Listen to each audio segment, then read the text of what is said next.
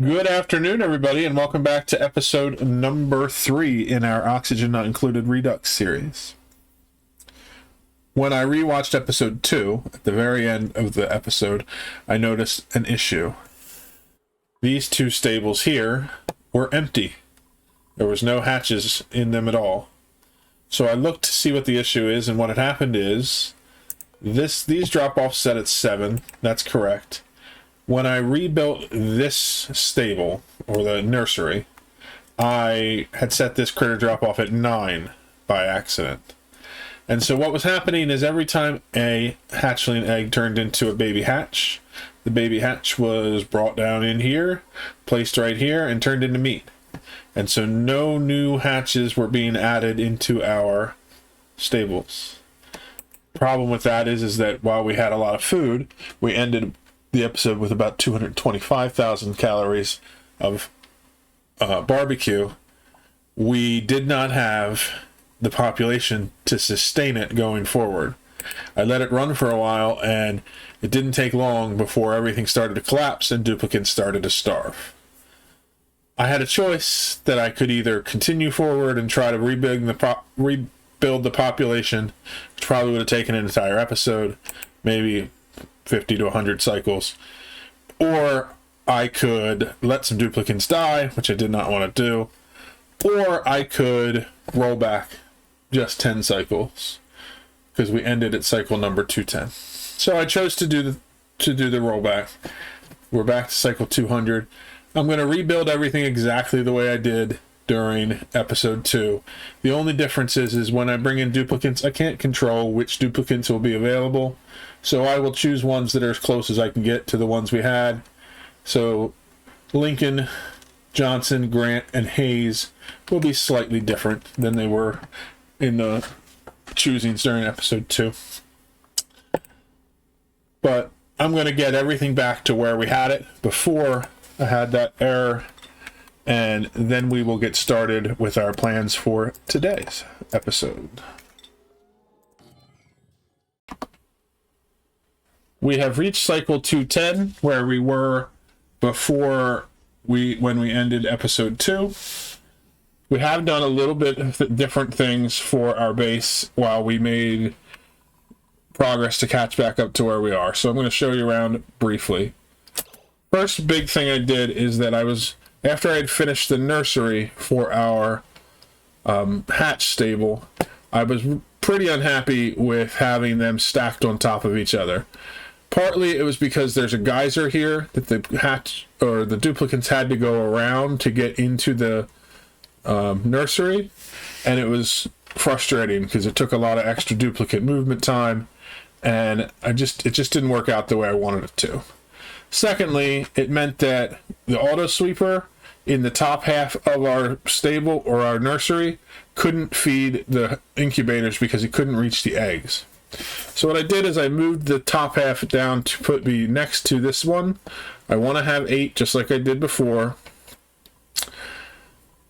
What that changed is now this auto sweeper can reach all 4 of these. This auto sweeper can reach all 4 of the ones on this side. And so all of these incubators can be supplied with eggs immediately as soon as the hatches are removed. They don't need to use up duplicate time to do so. I only have a drop off on this side because this is where the duplicates will drop off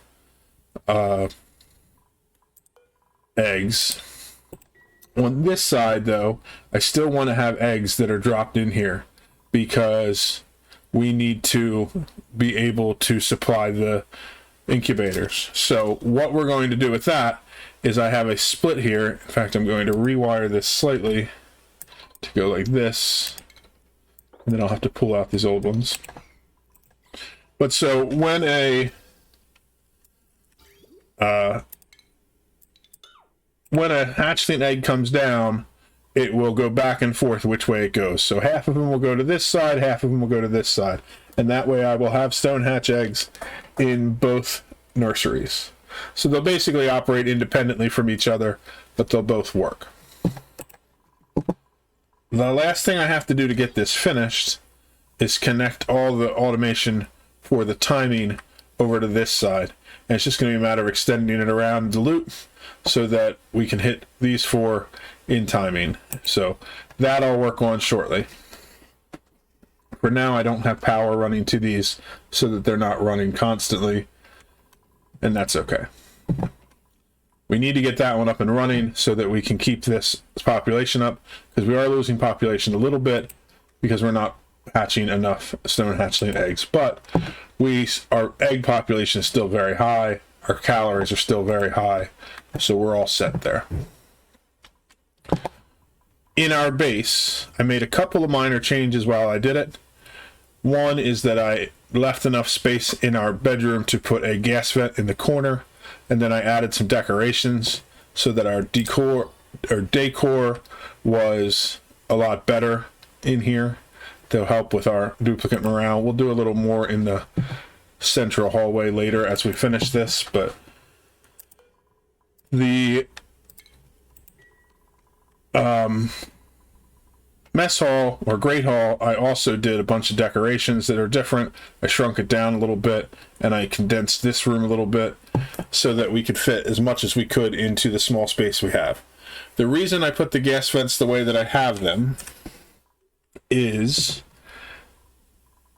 I have it coming down and it'll put oxygen out here in the middle, and if this is over pressure, then it comes over and puts it on the sides. And the reason for that is that instead of pumping out all the heavy gases, like carbon dioxide, that build up in the bottom of our base, we're using, I guess, what you would call kind of a minor bug. But what happens is, as gas is coming out of these gas vents, if there happens to be carbon dioxide right on top of the gas vent, as the oxygen is coming out, there is a chance that the oxygen will delete the carbon dioxide, like we just saw there. And so over the course of time, all the carbon dioxide our duplicates are breathing and it's settling down in the bottom of the map is getting deleted. So our base will stay just oxygen and all the heavy gases will get deleted. If we end up having a point where we get lighter gases that are lighter than oxygen, which we shouldn't, but if we ever do, we could do the same thing and put gas vents up in the top corners. I don't have any kind of gas vent over in our food storage because for now we are just relying on the carbon dioxide and the refrigerant to keep the food lasting as long as possible. So we want that to stay all carbon dioxide. So any carbon dioxide that happens to spill in there can stay in there. That's great. As far as things that we need to do, we need to finish up the bathrooms and we need to add an Atmosuit dock. One thing I did not do that I had done in episode 2 is I had made an Atmosuit dock up here at the top, and I realized after I had finished it and I was working on more in the base that I didn't want it up there. I was going to move it down here anyway so that I can just seal the base off and that'll be the exit for our duplicants. So anyone who leaves the base will be in an Atmosuit, and then this one was going to get removed. So I didn't see the point in building it just to rip it out later. So when we get started today, we're going to finish up our nursery, we're going to finish up our base, and then the other things I want to work on is moving our water supply because this is almost out. So I'm going to set up filtration for this water and put in a temporary water tank up here. That way we can have the bathrooms plumbed correctly, and we also don't have the sieve inside the base because I do not want it generating heat where our duplicants are. In fact, everything that generates heat is going to be removed out slowly as I build up the rest of the base. The other thing we're going to do is get our Atmosuit dock installed and build our tunnel that goes over to our main shaft that is going to go up to the top of the map and down to the oil biome that we had started during the last episode. I ran the automation for our second nursery for our stables. It looks super complicated, but it's very simple.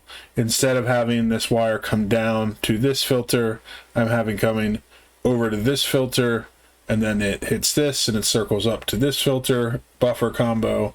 Same here, comes down, filter buffer, then it comes down, filter buffer, to here, and then it comes up around back to where it started. And so the timer will start here. This one will be incubated, then this one, then this one, then this one, this one, this one, this one, this one, and then it'll reset. Very simple.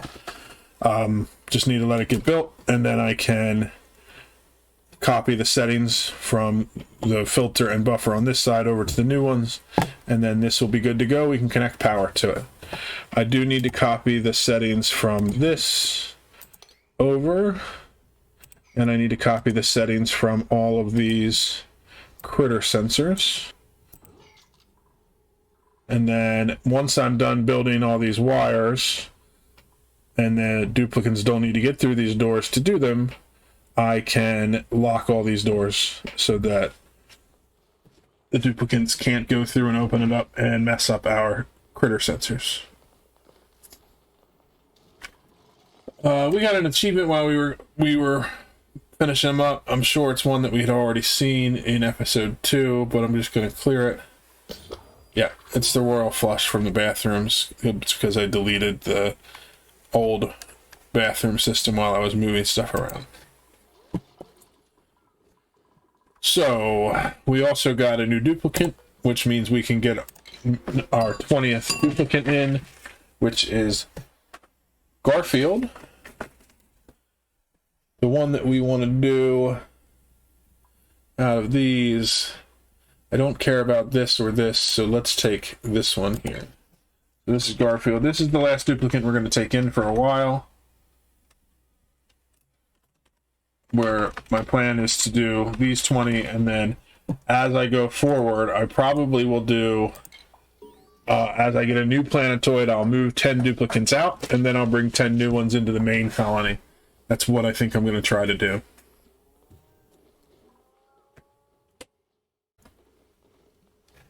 Oh, we also got an achievement for the 20th duplicate, so I'll clear that one here too.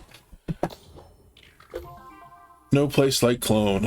I want to check on super sustainable to see where we're at. So we're at 93k out of 240, so we have quite a ways to go before that's going to be finished. I am expanding our power so that we have more run here now that we have 20 duplicates to run it. So the next thing I want to work on is getting this bathroom set up. So that's going to take me a little while just to get all the plumbing run and to build a new water tank up here so that we have somewhere for the water to go. I need to change how the sieve works and everything, so I got to figure all that out. Our cycle for our nursery just started, so I'm just going to watch to make sure that the timing is going through correctly. So we can see that the timer here just tripped the 60-second filter here. So this buffer and this filter are both running. So this buffer is keeping this incubator on for 60 seconds. And then as soon as this runs out, so will this filter, and this next buffer filter combo will be tripped. And so assuming that I did all the wiring correctly and that all the timings are set correctly, this one will come on, the buffer is going for 60 seconds, and this timer for 60 seconds before the next buffer filter combo gets tripped is going at the same time. So as soon as this one ends, this one will go on. So this egg was lullabied, this egg is now lullabied, this one will get turned on to be available to be lullabied shortly. I do have a little bit of conveyor rail in there that needs to be finished that I just added in. That was because I forgot to connect the loader here. This loader is just to grab out any eggshells that drop out when the hatches hatch. This one's been lullabied, so this timer's almost done. This one will be available next, assuming that it's right. Looks like I got everything correct. So that's good. That means that we will have, once a cycle, each of these eggs will be lullabied, which means that we have 8 eggs that will each take 4 cycles to hatch, which means we will have 2 hatchlings hatching every 2 cycles. We have 42 hatches in these stables, and they die once every 100 cycles, which means that we only need a hatch to go in to fill this back up once every other cycle about. So we will have an excess of 3 hatches from the incubators, or no, yes, 3, an excess of 3 every 2 cycles, so 1.5 excess. So that in itself is 6,000 calories. And then we will also have the eggs that are hatching and turning into meat down here. And so between that, we should end up with more than 20,000 calories per cycle. We'll find out if that's true or not. Gotta make sure that I didn't mess these up again. These are set to the right priority. I just didn't have all the incubators running. And so I'm still running low on hatches after all that work. But it's not as low as it was, and I think it's just temporary until this system fires up. So hopefully we didn't just do the last 10 cycles of work over again for no reason, and we see our hatch population stabilize. Hopefully.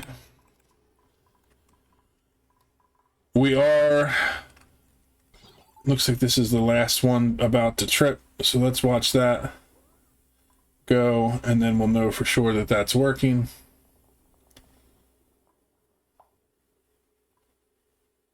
Perfect. That trips this one, so this last one is on, which means that all of these eggs were lullabied. Oh, looks like we missed. No, I think we just put a new egg in there because that one hatched, because that one was lullabied. That's cool. Let's do a priority 6 on these conveyor rails just to get them finished. The other thing we're doing is we started building our water tank up here. I capped it off at this level because there is that geyser underneath that I do not want to deal with yet. We'll get to it in due course. But so now we have somewhere for clean water to go. First thing I want to do is redirect the water from here up to there so that we can drain it off. And what I'm going to do for that is I'm going to put a bridge. I'm going to put it right here. And then I'm going to have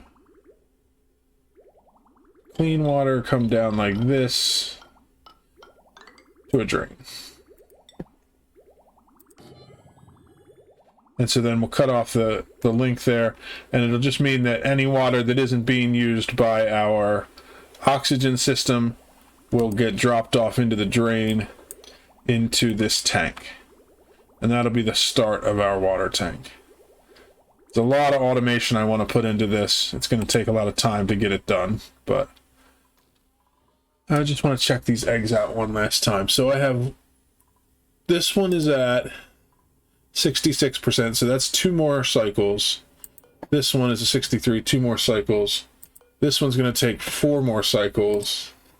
This one's hatching within the cycle, 2 cycles, 2 cycles within the cycle, within the cycle. So I have 3 hatching this cycle, I have 4 hatching the next cycle, and then this one will hatch a couple cycles after that. And then the process will start over. And because we have the eggs sitting here incubating slowly, when they're not in a incubator, they only go at 5%, we get kind of a jump start on them. So they take a little less than 4 cycles in each of these. In some cases, probably a lot more. All right, so that's all doing well. I think this one was just one that was hatched from one that was there. I wonder if I can wrangle that before he drowns, because that would be nice to put him up here.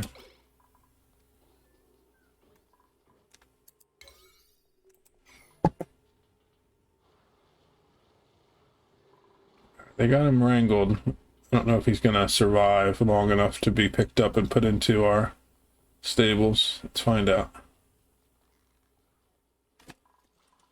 I don't need you to worry about sweeping right now. That's not a priority. Cool, they did grab him. Did he turn into meat in transit? Let's find out. Nope. Good deal. So that's at 7. So if we're successful, these will stay topped off, which means we need one more put in here, and then we will start getting this filled back up, and then we'll start having hatchlings that get placed correctly. We do have some stone hatchling eggs here, so that's good. That's set up. Okay, so this is all working. We're just got to let it go and check back in on it after a while.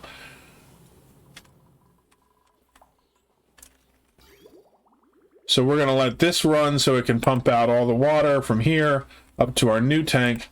But the next thing we need to worry about is putting in a liquid pump in here. And we have to pump out water. Let's put it across this way, because we need it to go into our bathrooms. Let's leave it like that for now. Because instead of having an on-site water sieve here, we're going to have clean water that's pumped into the bathrooms, and the dirty water is going to get pumped up to be cleaned. Yep, that's exactly what we're going to do. Okay.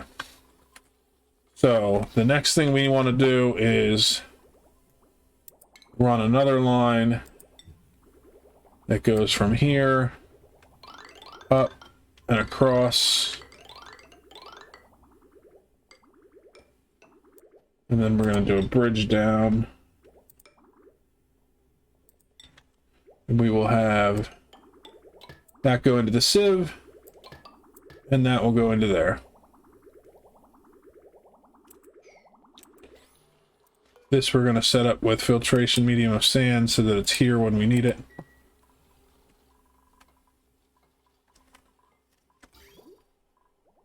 And once that line's built, I can cut this line and cut this line and remove this sieve from operation. So we want to connect this wire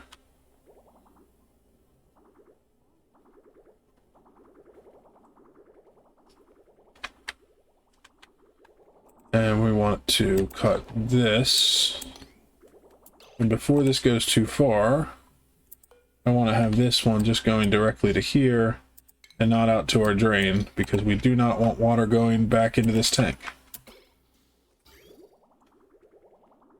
Perfect. So this will get pulled out and put in once this tank gets emptied. I'm just waiting for the dirty line to be finished, and once that's done, I can disconnect access to this sieve, and then we can just remove this line anyway. Once it empties, of course.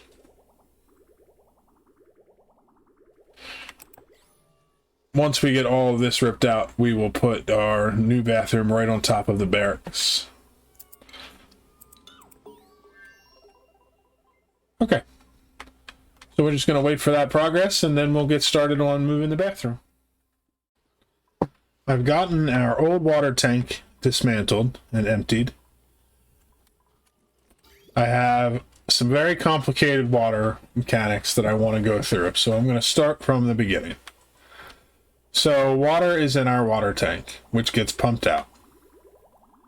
It goes down here to a priority liquid bridge.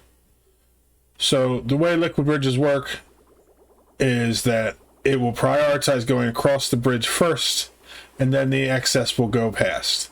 So this is prioritizing to make sure that our bathroom is full of water. Excess water goes up here. It goes all the way down here. I need to change a little this up. The water goes in here and hits another priority bridge. The bridge sends it on first. So as long as there is space for water to go into our oxygen creator, it sends it there. And if not, then it goes through this way down into our tank. That way, the water from here can power both our bathroom and our oxygen. Any excess water goes through here and then drops back off into the tank.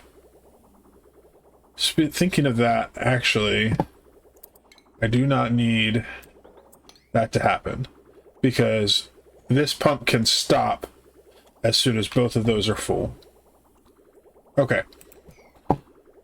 On the dirty pool side, the polluted water side, we have a pump that pumps the water up and it goes in here. This bridge is a double priority bridge, so there's two different lines on the bridge. And just to demonstrate how this works, because it's easier to see when it's stretched out, we have, let's do it like this, and then we'll connect some pipes, and then we'll connect these pipes, go out. So this is just doubling up the priority of the liquid bridge. So liquid comes into this pipe here. Oh, actually, this, let's demonstrate it like this. So liquid comes into this line here, and it goes across this bridge, and then through this way. Liquid comes into here, and it goes across this bridge, and then it goes on forward. So when this line is looking for liquid to come through, the one that it comes through first is this line here, because it has priority over the other line. Because these two are connected, this one takes priority, the one that is coming first into this green pipe, not the bridge. And so when we condense this down and just put it in line, we end up with something that looks like this. And so what we have is water that comes in, or liquid that comes into the first inlet will go across. If there's nothing coming in here, it opens up this inlet to allow liquid to come through. Hope that makes sense. It's a little complicated because of the way it's overlapping each other. But, so what I have here is that inline priority sensor. So liquid that comes in here takes priority, and if there is no liquid coming in here, then it allows this liquid to flow. So this is taking the polluted water that's coming all the way from our bathrooms, and it is coming down here. It's going through a first priority. So as long as there is space, it will go this way, and then it'll go into here. If there's no space, it goes into this liquid vent to vent out the excess. As long as this liquid is flowing, it will not allow any liquid to flow out through the pump. But as soon as we don't have liquid flowing, which is often because the sewer line doesn't constantly flow, we start pulling water out of the polluted water pump. That way, the line going into this sieve is constantly full of polluted water. Now, we don't want this to run if we fill up with water. So we have a sensor that shuts off the vent if this senses 500 kilograms of water. So once this tank gets full, it will shut down the sieve. On the same note, once this sensor is full, it will not allow any more polluted water to spill into this tank, which will cause this line to back up. In the event that that happens, we're going to have to keep an eye on it to make sure that our toilets don't shut down. But it's not going to happen. We're going to continue to pump out water with our current system. So this is just there as a precaution, because I don't want water to go above this point, because I don't want it spilling into the clean water tank. On top of all of that, I have put in bottle emptiers, one for polluted water, one for clean water, and then all the way down here, one for salt and water and brine, so that we can start sorting out all the liquids. This one is pumping polluted water out and taking it up. There's a tank here that I'm emptying out, so these liquids are getting sorted to the right tanks. And so all of them are set to auto bottle right now, which is why I have this disabled, because I don't want them grabbing water here and bringing it up, because that would create a loop. Once we get all those cleaned up, we'll turn those off, and then those will just be places for us to drop excess water when we mop it up. I think that covers everything for it. Now that we have all the lines set up and we have water supplied to all the places, we need to move this bathroom down. And so what we're going to do is we'll pull out this whole row of tiles so that we can put in our bathroom. As far as the bathroom goes, we want it to be the same width as our bedrooms. So we're going to put that there, and we're going to put a roof across that's the same height. We'll get rid of this door that's in our way, and this door that's in our way. We're going to have, instead of 4, we're going to do 5 lavatories.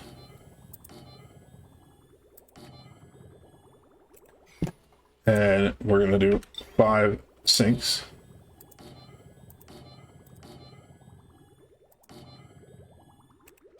And then we'll put in,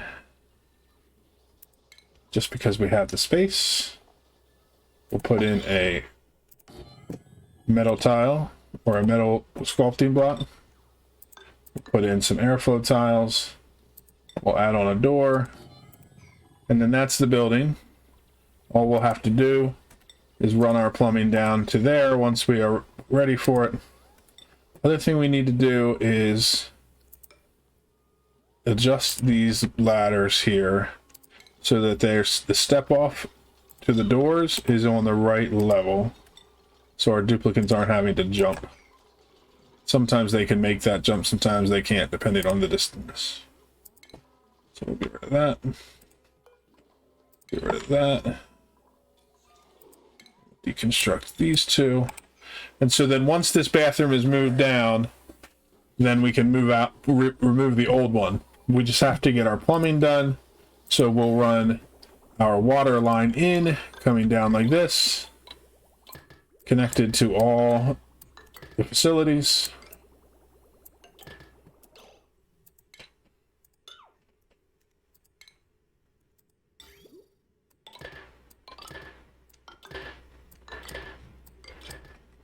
And then we'll do our line out like this.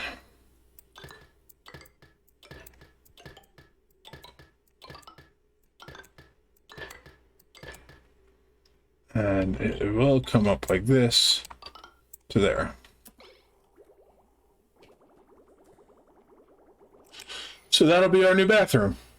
Take a little while for all that to get built, and then we'll have to reconnect this wire or this pipe once we have the new ones in place so that we can have the correct sewer pipe, and then we'll take out the old bathroom once this one's working. Anything cool in our... Yeah, we'll take some eggs. Sure, free eggs are always nice. So that means we're going to continue to process water and have plenty of clean water to supply our oxygen in our bathrooms as long as this pool has water, which isn't going to be forever. Probably last us another 50 to 100 cycles. So we have to start working on getting our permanent water solution set up. But this buys us enough time that we can continue on with our other projects. So I have finished building the duplicate base. Not quite sure what I think of the Exosuit dock setup I have. Still testing it. I think it's going to be good. I like it. But I don't quite have enough exosuits made yet, so I can't fill it up. We'll see. I am working on finishing up this last pipe to redirect oxygen back in, but I have it set up so oxygen only goes inside the base, and we are very quickly emptying gas outside of the bases. So we'll start drawing in things from everywhere. Because the oxygen's almost gone, this hydrogen will start filtering down, and carbon dioxide from the bottom might start filtering up. But I have these set to run only when they don't sense oxygen. I think I'm going to cut them off which will make it so that they run constantly. Both of these. And then that way we can pump out all the gas that's outside of the base. And we'll see if that causes any issues. But at the very least, it'll help us get rid of all these bad gases around, because they will slowly get sucked into our pumps. This pipe here, I had it set up so that the oxygen got filtered right back out from the filter. I still want that to happen, but I don't want it to filter it right out into this area because we're emptying this area. I want it to get pulled back in. I do think that I'm going to have to do some changes if I do continue on this path, because if I remove all the gases from in here, things like these batteries are going to start overheating super quick because they are producing heat. If they don't have gas to spread it into around them, they're going to overheat themselves a lot. I also very much need to work on the heat inside our base because we are rapidly increasing it. It's not too big a deal because I don't have any plants in there, but I don't want it to go to the point where it's going to start causing problems for our duplicants. I've gotten our suits all made, so now almost everybody in our colony can go out into the world. There's a few people who do not yet have exosuit training. I have 3 left to do. Because they didn't have enough skill points when I was assigning them. So I'm just checking everybody that has skill points now to see if I can assign any new ones. And everybody is getting exosuit training.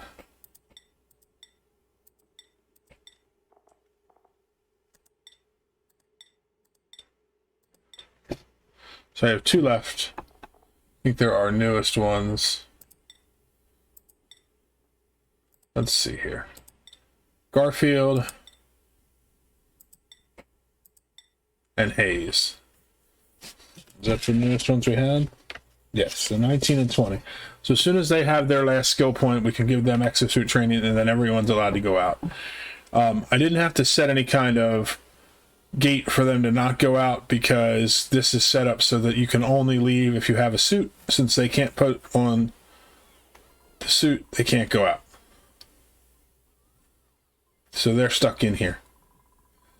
I added in another gas storage for oxygen. I have it set up so that the excess gas is being pumped back out, so that if this ever runs low, that gas will fill up in our base. For now, it's pretty much blocking it up, and the only gas going in here to the storage is oxygen we pull out of the main base. And so we're just pumping gas out like crazy.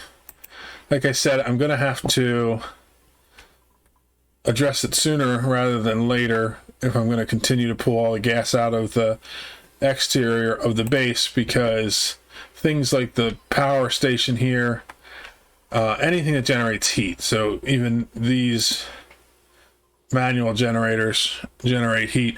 If they don't have any gas around them, they will quickly overheat. So I have a long time before 2 gas pumps manages to empty out all the gas inside the entire area. But I do need to work on getting set up how I'm going to handle that. I do like the idea of having everything in their own little bases and then having a vacuum in between. I think that'd be pretty cool. I don't know if I can pull it off though. I did start working on my way over to make our main shaft. I decided I was going to take it right through here at our supply teleporter, because why not? And I'm going to dig this all the way over, and then I'm going to start working our way up and down. Just like I said before, this marks the edge of the farthest over our geyser goes, and then we have neutronium for the wall right here. So we have a big gap to make our main elevator shaft. So that's going to be the next project to work on. We got another achievement by curing one of our sick duplicates. They got better. I'm checking on our super sustainable achievement. We're about 100k away, so we're on the way, but it's taking its time. This episode went a little longer than I normally would have because of having to do the rollback and everything, but I'm going to call it here for now and just finish wrapping up a few minor things here. But the next week we're going to focus on two things. One is getting down to the oil biome, because that is priority number one. And then we're going to continue on figuring out the layout for our base and getting a sustainable food cooling and then sustainable water source. Because once we have a sustainable oxygen, sustainable food, and sustainable water, everything's just kind of wide open from there. So that's going to be the focus next week, and we'll work on that. But for now, we're going to have to call it a day. So I hope you enjoyed watching, and I will see you in the next one. Bye-bye.